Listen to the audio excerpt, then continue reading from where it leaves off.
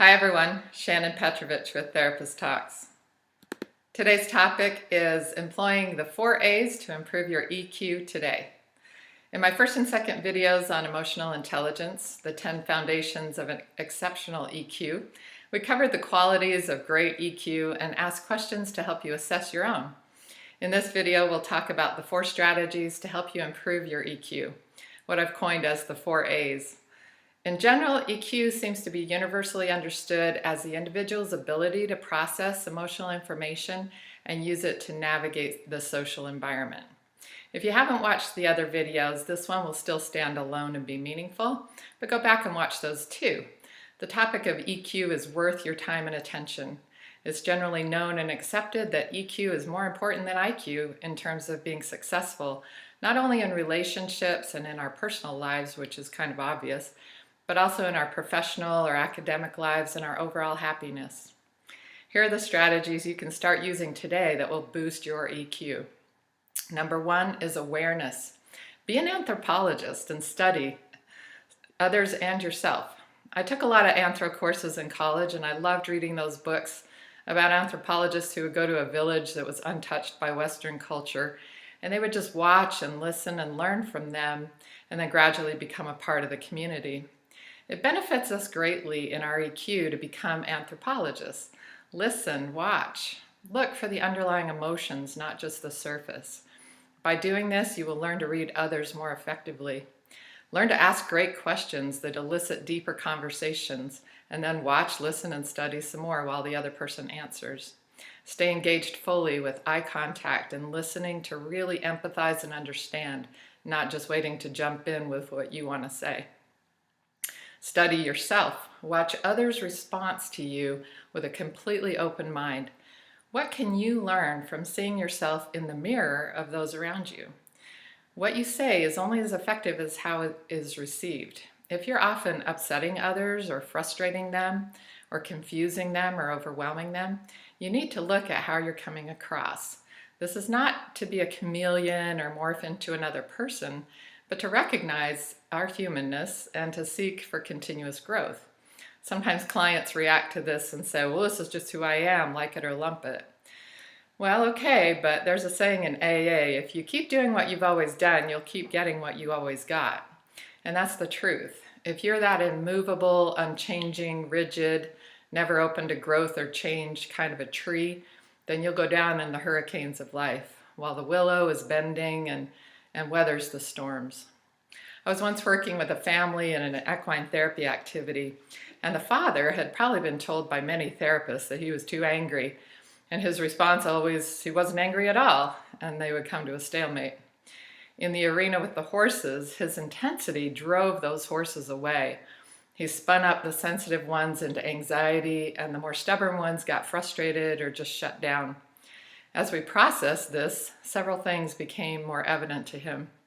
First, we looked at how his son's calm, strong leadership was really effective in getting the horses to pay attention, to do what he wanted, and all of them stayed calm while doing it. Second, he could own that he was more intense than his son. And third, that his intensity was affecting the sensitive horses by sending them into anxiety and flight mode, and the stubborn ones into frustration or shutdown mode. Finally, he could generalize that to seeing that his intensity at home caused his daughter to be anxious and distant, caused his son to be rebellious and angry, and caused his wife to sometimes be distant and sometimes be angry. He saw that the difference in his son and how he had learned to be calm and centered and a strong, assertive leader, and how much more effective that was. His son wasn't a chameleon. He was just more aware of others, more aware of himself, and more aware of how he was coming across. If, on the other hand, others walk all over you or disregard you when you speak, that's possibly an indication you're not communicating your thoughts and feelings assertively or effectively enough. It's also possible you need to employ your BS meter and ponder whether those people around you have your best interests and a reciprocal relationship in mind, or whether they are not respectful of you and maybe in this for their own selfish gains or ego. All of this is important information, and it's so often lost and confused. So studying others and studying yourself are two sides of the same coin, and that coin is golden. So improve your awareness by being an anthropologist. Number 2, anchor yourself.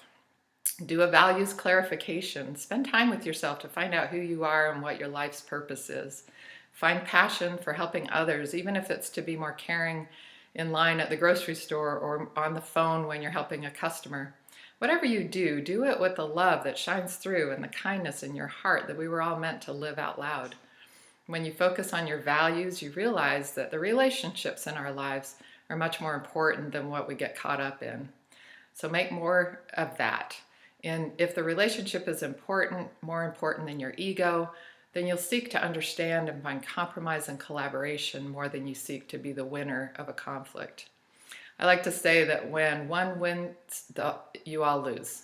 I know that's counterintuitive and it's kind of against our culture, but it's really true. If in a relationship someone has to win, then the other has to lose, and then really you both lost.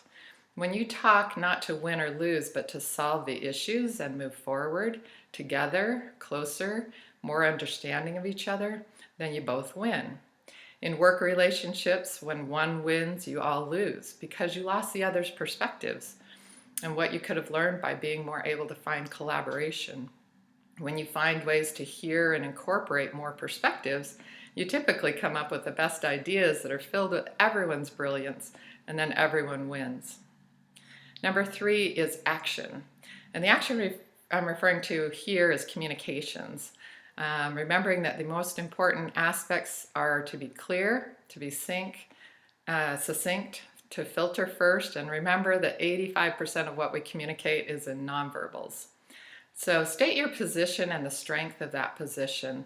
Be open to conflict, listen, take it in, see if there's room for compromise or collaboration. Again, the best solutions are usually the combination of everyone's views. Be steady, not monotone, but not emotionally volatile. Attach the right amount of meaning to each conflict. Some hills are worth dying on and others are not. Let people know which ones are which for you. If you're always dying on every hill, people stop listening to you because you're always intense and you're always seen as dramatic. If you're always too passive and you never claim a hill, then others may not take you seriously and your values may not be heard or respected. So choose which are important and be clear. So as an example, this is an issue that's fundamental or core principle for me and I'm just not willing to budge on it. Or, this is how I see it, but I'm not married to the outcome. If you have a better idea, I'd like to hear it. Or somewhere in the middle. I think this is the best approach and I'm pretty set on this, but what do you think? I can live with the compromise. Number 4, adapt and adjust. So having a pause button is really important in our lives. The use of pausing and filtering is so important. Many people get into that. That's just me again. But if what you're trying to say is not being heard because you said it rudely or sarcastically, or you're being passive aggressive or timid or aggressive, then you haven't come across, and it's worth really stepping back to see what's going on.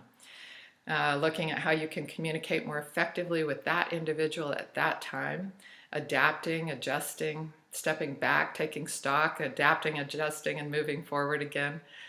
All of these fine tunings of your communication, including your nonverbals and your verbals, into the most effective that you can be, it's really worth noticing and working on. Remember the horses and the family of the intense man. He was a much happier person when he could open his mouth and communicate with his family without everybody scattering to the outer ends of the house. He could have his thoughts and feelings and preferences heard and understood instead of everybody bolting for their rooms. In summary, the 4 A's: awareness, anchoring, action, and adaptability. If you appreciated this video, please hit like and subscribe on the red button and share with your friends. Also ask any questions or leave comments or suggestions in the comments section. Thanks for listening, and I'll talk to you again soon.